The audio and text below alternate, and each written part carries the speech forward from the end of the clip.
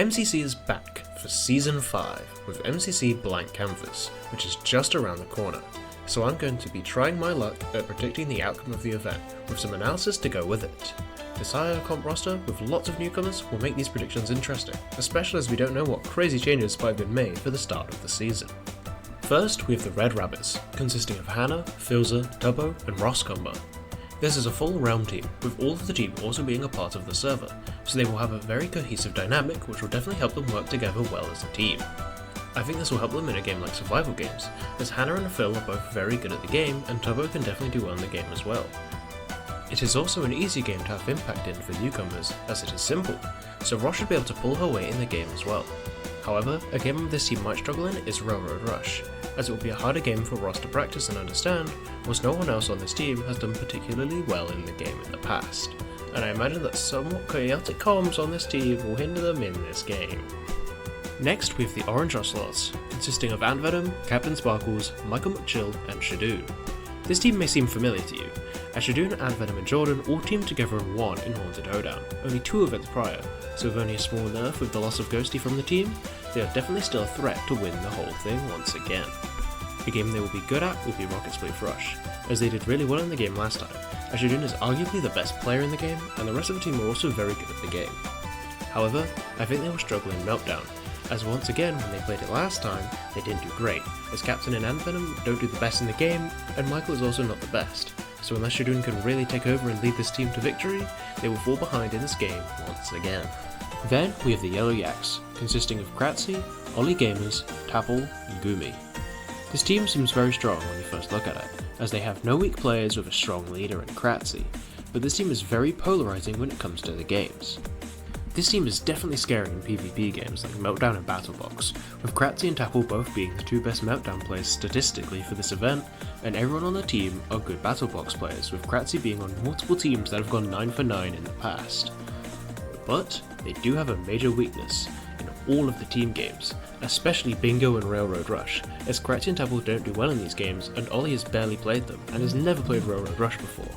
And even though Gumi isn't the worst at these games, she doesn't lead her team in them often, and you need a good leader to do well in team games traditionally. Up next are the Lime Llamas, consisting of Jojo, Sausage, Solidarity, and the Orion Sound. This team all know each other very well, as they are all on the Misadventures SMP, and are just good friends in general, so I'm sure their vibes will be great and probably a bit chaotic as well. Unlike Yellow, this team is very good at the team games, as all of them tend to do better than average in them, and Griddles will be one of those games they will be able to show this off in the best. The team all do pretty well in the game, and as I said before, they all have great chemistry, which can really help in such a cooperative game like this one. This team is actually pretty average in most games, but one game they do struggle in is to get to the other side, as none of this team are very strong movement players, and you need a good, well-rounded team performance to consistently get those team bonuses. The last team of day 1 are the Green Geckos, consisting of AMZ, Purpled, Setting Sunset, and Scott. This team feels like it will be a classic, with a very beloved roster of people as well as a cool newcomer with lots of potential to become a fan favourite, but that doesn't always mean they will be an iconic team that wins. A game I think this team will do really well at is to get to the other side, as Purpled is one of the best players at the game, and Scott and AMZ can help the team get team bonuses as long as Setting Sunset puts in their practice on MCCI, which from what I have seen, they have been, so I think this team will dominate this game. A game they are surprisingly weak at is Sands of Time, as although AMZ and Scott enjoy the game and are good at it, Purple doesn't have the best track record in the game, and Sands of Time can be a very overwhelming game for a newcomer. The first team from day 2 are the Cyan Coyotes, consisting of Antfrost, False, Scar, and Joel. This team has a highly requested duo with Ant and Joel, and it also just happens to be a very strong duo, with some very experienced hermits that round out the team nicely to make this a very scary team this event. Cyan are just a very good team in most games, but a game I think they would do a lot better than the rest in is Parkour Tag, as Antfrost is one of the best players in the game, and the rest of the team are all very decent at the game, so I think they will be able to win a lot of rounds, especially with Joel as a pretty good second hunter compared to most teams. It's hard to pick out a worst game for this team, but I think one they might struggle in a little bit is Build Mart, as even though they have 3 hermits on the team, Ant and Joel haven't had the best history of teams doing well in the game in the past. Next are the Aqua Axelottals, consisting of H-Bomb, Kara, Pete, and Eloise.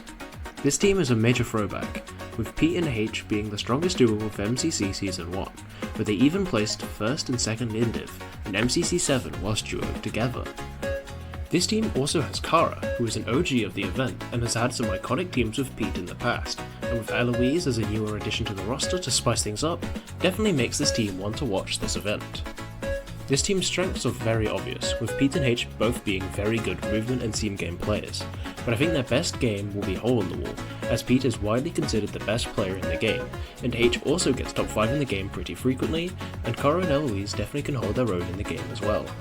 However, this team's weaknesses are also very obvious, with PvP games being this team's weakest games, and I think Battlebox will show this the most, with it being historically a rough game for both Pete and H, but if they do a wall rush strat, they could do a lot better than expected. Then we have the Bluebats, consisting of Cubfan, Feinberg, Skiz, and Exuma. This is another trio returning from Haunted Hoedown, with Fine, Skiz and Cubfan teaming once again, and Feinberg is only getting better the more events he plays, so we will have to see how well he can lead this team this time around.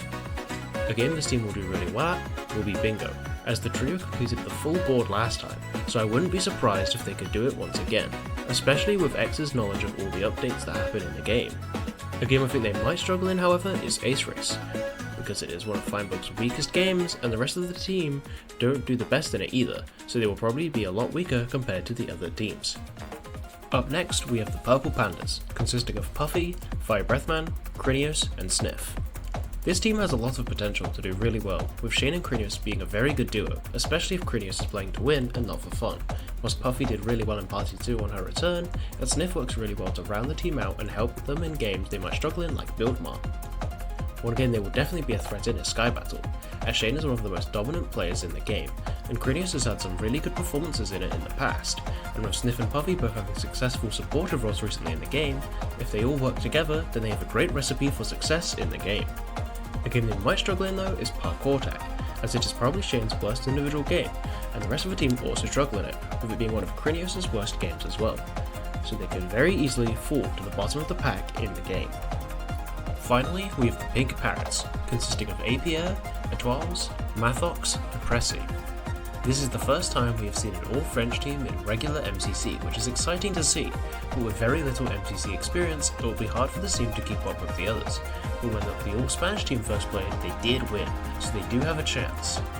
Their best game will probably be something that's easy to practice like Battlebox, or it will be Railroad Rush, as it was the French team's best game last time around, so now that they have played it once, they could be even better at the game. However, I think they will struggle a lot with the individual games like Ace Race, as these were their worst games last time around, and if it's a different map to the one they played on last time, I could see them having the same issues as before.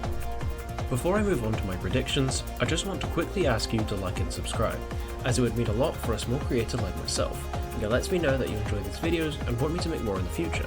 I will also be streaming on Twitch again soon, so if you want more analysis and input before the event and after, then come along. Anyway, in 10th I have the Pink Parrots. This team's downfall will be their experience, and just overall they feel like a weak team and a strong roster, so I think the French team might fall into last once again. In 9th I have the Green Geckos. This team is definitely not weak, and I can see them doing much better than this, but their best games, like To Get to the Other Side, have low point differences between teams, so they will have lower points than the rest of the teams on average, landing them near the bottom of the pack. In 8th I have the Yellow Yaks. This one is sort of a 50-50 guess on what games are played late in the event, and I think the PvP games will end up being played early, and the team games will be played late, which will put this team near the bottom, but if the game order is the opposite, then this team will likely get top 3. In 7th I have the Lime Llamas. This team feels like the most likely to play more for fun than for a win, and I do feel like they are a bit weaker than most overall, but I think a favourable game order lands them here in 7th.